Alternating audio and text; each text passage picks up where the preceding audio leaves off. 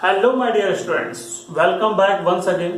मैं समीर सिंह आप सभी लोगों का बहुत स्वागत करता हूं और आज हम आपके लिए लेके आ गए हैं क्वांटम नंबर का एडवांस कंसेप्ट। इस वीडियो लेक्चर को देखने से पहले अगर आपको इलेक्ट्रॉनिक कॉन्फ़िगरेशन और n+l रूल नहीं आता है तो सबसे पहले आपको इसी वीडियो के नीचे डिस्क्रिप्शन में लिंक मिलेगा, तो आप सबसे पहले उसे सीख लीजिए, फिर आपको इस वीडियो लेक्चर में बहुत ही कंफर्टनेस फील होगी।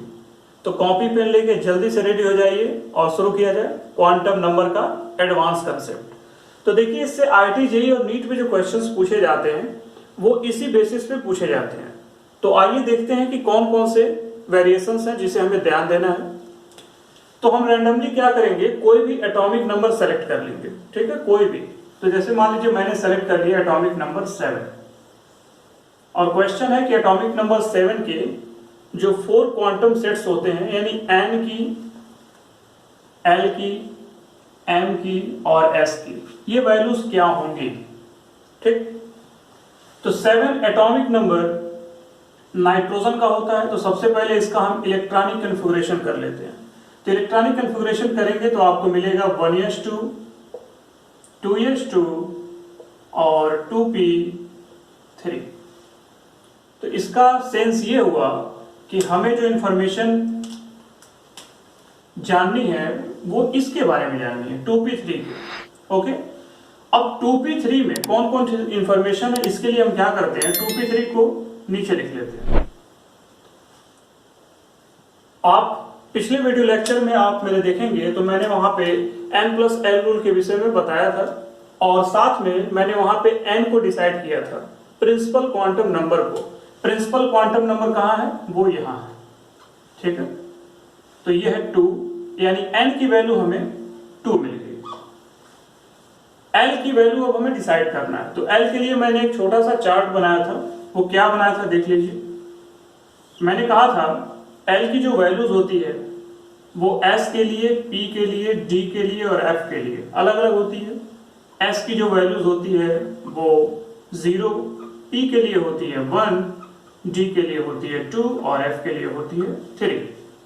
ओके, तो आपको इलेक्ट्रॉनिक कॉन्फ़िगरेशन करने के बाद ये आइडिया लग गया कि ये हम p के बारे में बात कर रहे हैं। तो l की वैल्यू यहां से हम देख लेंगे। तो l की वैल्यू p के लिए क्या है, यहां पे दिखाई दे रही है 1, तो हम लिखेंगे यहां पे 1। अब m की वैल्यू कैसे डिसाइड करेंगे, m की वैल्यू डिसाइड करने के लिए आपको मैंने स्केल पैरामीटर समझाया था और उसके अकॉर्डिंगली अब हम बात करेंगे। m की जो वैल्यूज होती है वो 0 के लिए हमेशा 0 होगी, ठीक है। यानी अगर l की वैल्यू 0 है तो m की वैल्यू भी क्या होगी, 0 होगी। ये बात मैंने पहले भी बताई थी। m की वैल्यू अगर 1 है, ध्यान से देखिए, हाँ थोड़ा सा ध्यान देना पड़ेगा आपको। m की वैल्यूज अगर 1 है तो उसके लिए जो पैरामीटर डिसाइडेड है वो सबसे पहले +1, फिर 0 और फिर -1। तो हमें ये पता है कि l की वैल्यू 1 है, यहां पे लिखा हुआ है। अब 1 का पैरामीटर हमें देखना है, +1, 0, -1।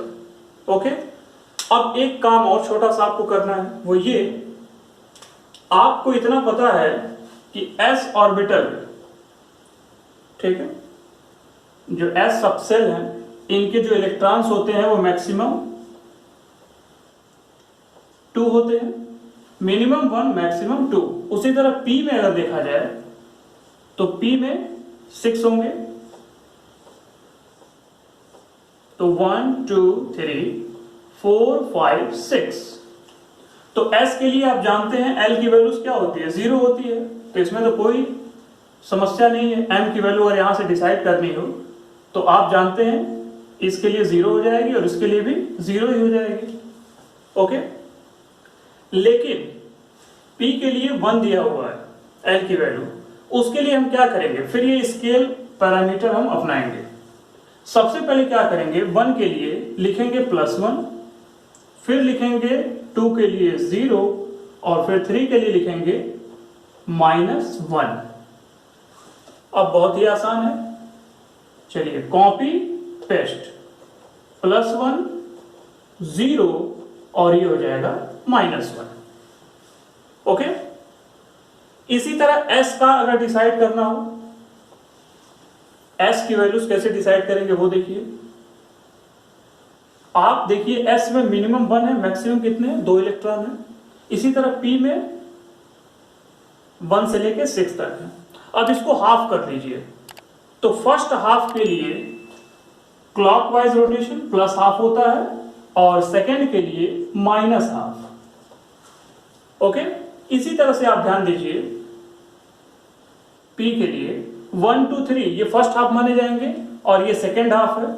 और इसको ज्यादा अगर आपको इजी तरीके से समझना है तो इसे क्या करिए, यहीं से डिवाइड कर दीजिए। तो इन सभी के लिए वैल्यू क्या हो जाएगी, प्लस हाफ, और इन सब के लिए वैल्यूज क्या हो जाएगी, माइनस हाफ।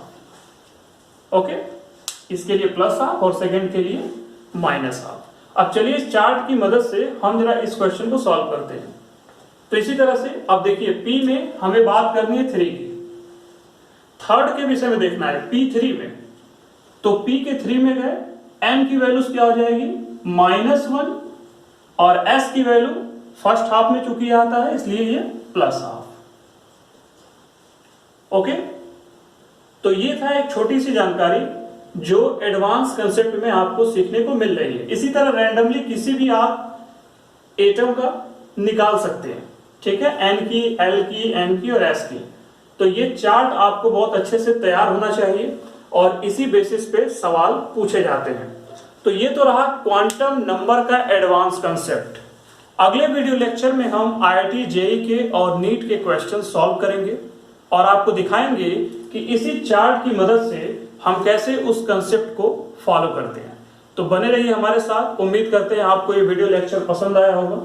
तो इसको जल्दी से ड्रॉ कर लीजिए, याद कर लीजिए, और अगले वीडियो लेक्चर का बस थोड़ा सा इंतजार, हम लौट के आते हैं। जल्दी इस चैनल को सब्सक्राइब करें, लाइक जरूर करें, और पसंद आने पर जो इसके आगे का वीडियो लेक्चर है वो सबसे पहले अपने पास देखने के लिए बेल का आइकन भी जरूर दबाएं। तो wishing you all the best, thank you.